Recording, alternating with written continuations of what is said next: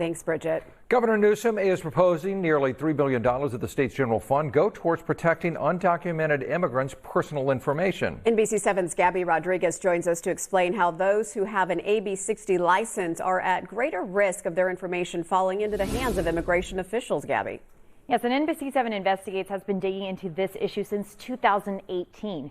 ICE using information submitted by AB 60 license holders to find them and take them into custody. In April 2019, Assemblywoman Lorena Gonzalez Fletcher authored Assembly Bill 1747, providing some protection to those with a license.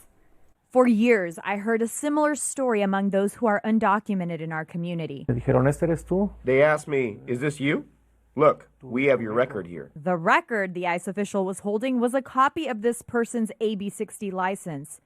People living in the shadows were suddenly finding themselves in ICE custody. Most had no criminal record. The situation caught the attention of Assemblywoman Lorena Gonzalez Fletcher. Back in April of 2019, she had this to say. Well, I was angry. We did tell people in our community, please go get an AB 60 license. AB 60 licenses were intended to make the roads safer, giving undocumented drivers the ability to drive legally and get insurance. One of the systems with people's personal information is the California Law Enforcement Telecommunications System, or CLETS for short. Last year, NBC7 Investigates discovered several violations of the system by law enforcement agencies here in San Diego. AB 1747 is limiting ICE's access to the same system. The only people not protected are those with a criminal history.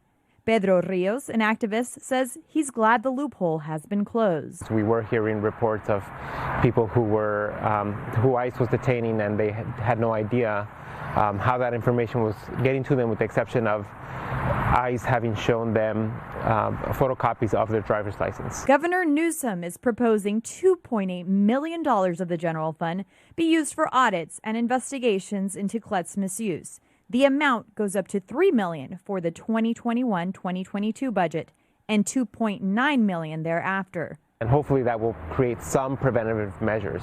There's always a fear, there's always a real threat that information could be misused. The challenge with policing this issue is the ability to report violations. The lead investigator from the Electronic Frontier Foundation says it's not easy to launch an investigation.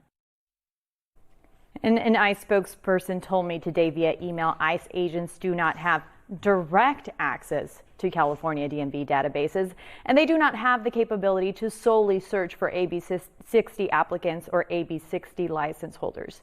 Gabby Rodriguez, NBC7. All right, Gabby, thanks very much. NBC7 just got this statement from Assemblywoman Lorena Gonzalez Fletcher's office. It reads in part, this new state funding will safeguard the personal information of immigrant Californians who have AB 60 licenses, and it will prevent the misuse of our law enforcement databases by immigration enforcement.